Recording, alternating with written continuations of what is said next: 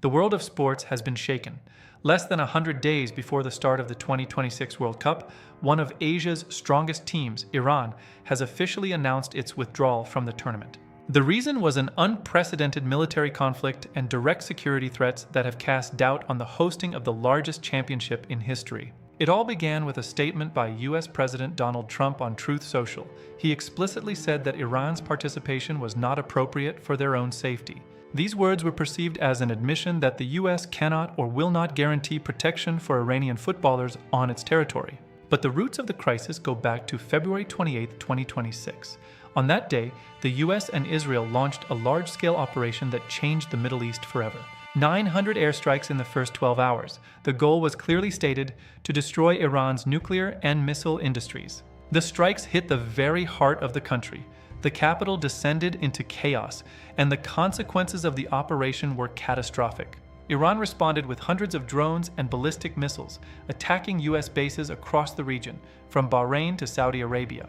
The most high-profile event was the death of Supreme Leader Ali Khamenei. His residence was completely destroyed in the initial strike. The country plunged into mourning. The Supreme Leader's son, Mojtaba Khamenei, took his place, and the tone of relations with the West became even harsher. Mojtaba Khamenei took power at a time of greatest crisis, as the war spilled over into the arena of sports. Iran's sports minister declared, "Since this corrupt government has murdered our leader, we cannot participate under any circumstances."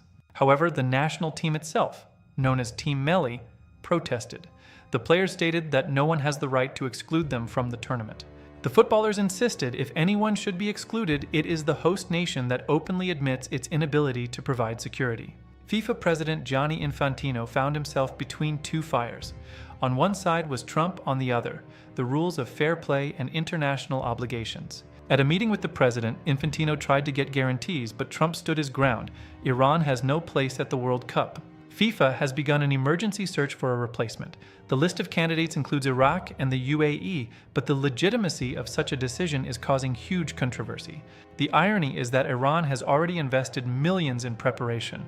Their base was chosen in Arizona, and the team spent 18 months there. This crisis is not the first time politics has interfered with football.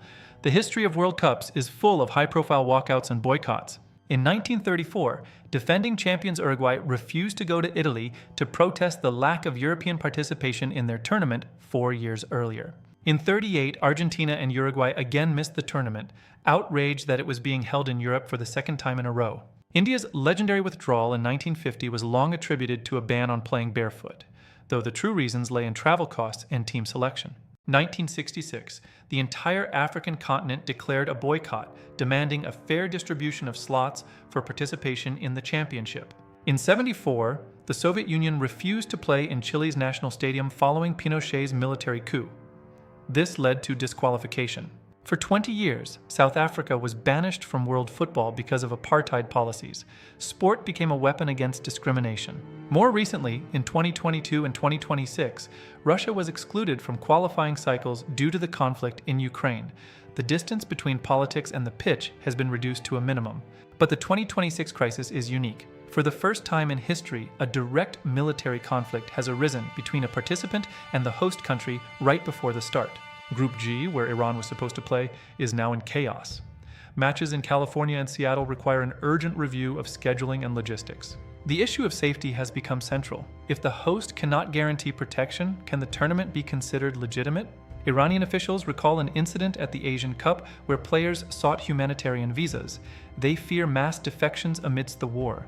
Furthermore, Iran has urged FIFA to strip the US of its rights to host the championship.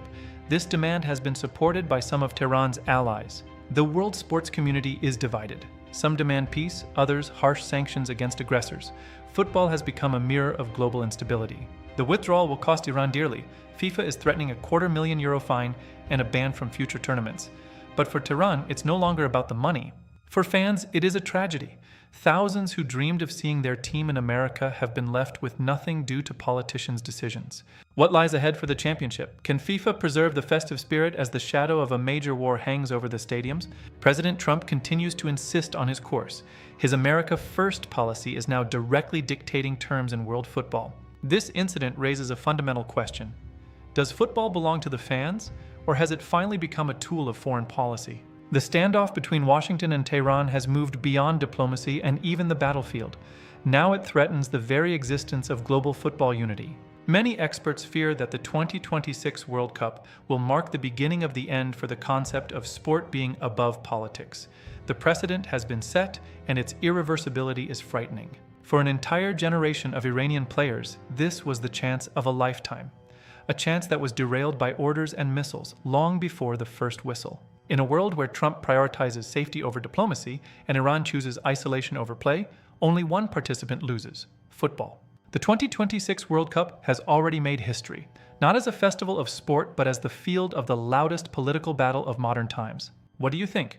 Should sport remain neutral, or was US intervention justified? Let us know in the comments and subscribe to the channel. This was Maria. Let's understand the psychology of global conflicts together. Until next time.